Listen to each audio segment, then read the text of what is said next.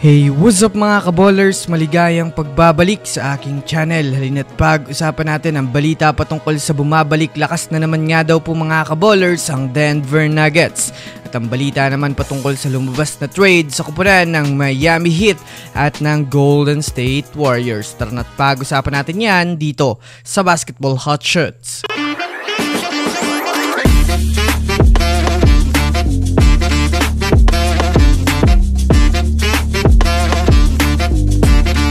Una nga muna tayong dumako mga kaballers sa balita patungkol sa bumabalik lakas na naman nga daw po ang Denver Nuggets. Well, alam naman nga po natin mga kaballers ng mga nakaraang mga buwan ay medyo problemado ang Nuggets at mayroong mga struggles sa kanilang team matapos bumagsak ito sa ikapang 13 sa Western Conference nang nagsisimula pa lang ang regular season.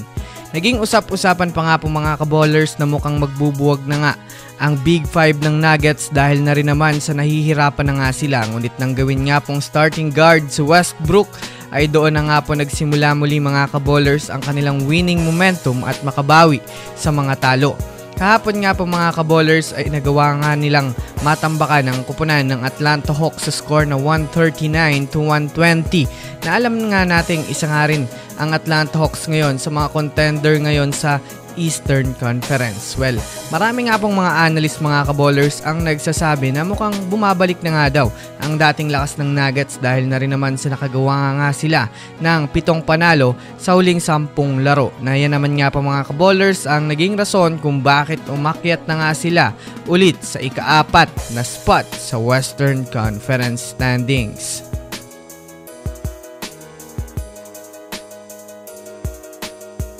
Samantala, dumako naman tayo mga kaballers sa balita patungkol sa lumabas na trade sa kupunan ng Miami Heat at ng Golden State Warriors. Well, para nga po sa kaalaman ng lahat mga kaballers na nanatiling active pa nga po mga kaballers ang Warriors ngayong trade season kahit may nagawa na nga silang trade move. Kumbaga, mayroon pa nga talaga ang Warriors hinahanap na ideal player na maaaring magpalakas pa ng kanilang puwersa ngayong season.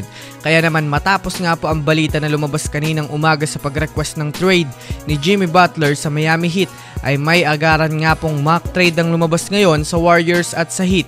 Ayon nga po sa trade, matatanggap nga ng Miami Heat sina Brandon Podziemski, Andrew Wiggins, Kevon Looney, Kyle Anderson, Lindy Waters at may kasamang 2026 first round pick. Habang sa Warriors naman nga po mga kaballers ay matatanggap nga nila itong si Jimmy Butler. Well, kung susumadahin nga natin mga kaballers, hindi na rin naman nga po bago para sa Warriors itong si Jimmy Butler at talagang matagal na rin naman nga itong gustong kunin ng Warriors at itandem kay Stephen Curry upang magkaroon ng Warriors ng bagong superstar duo.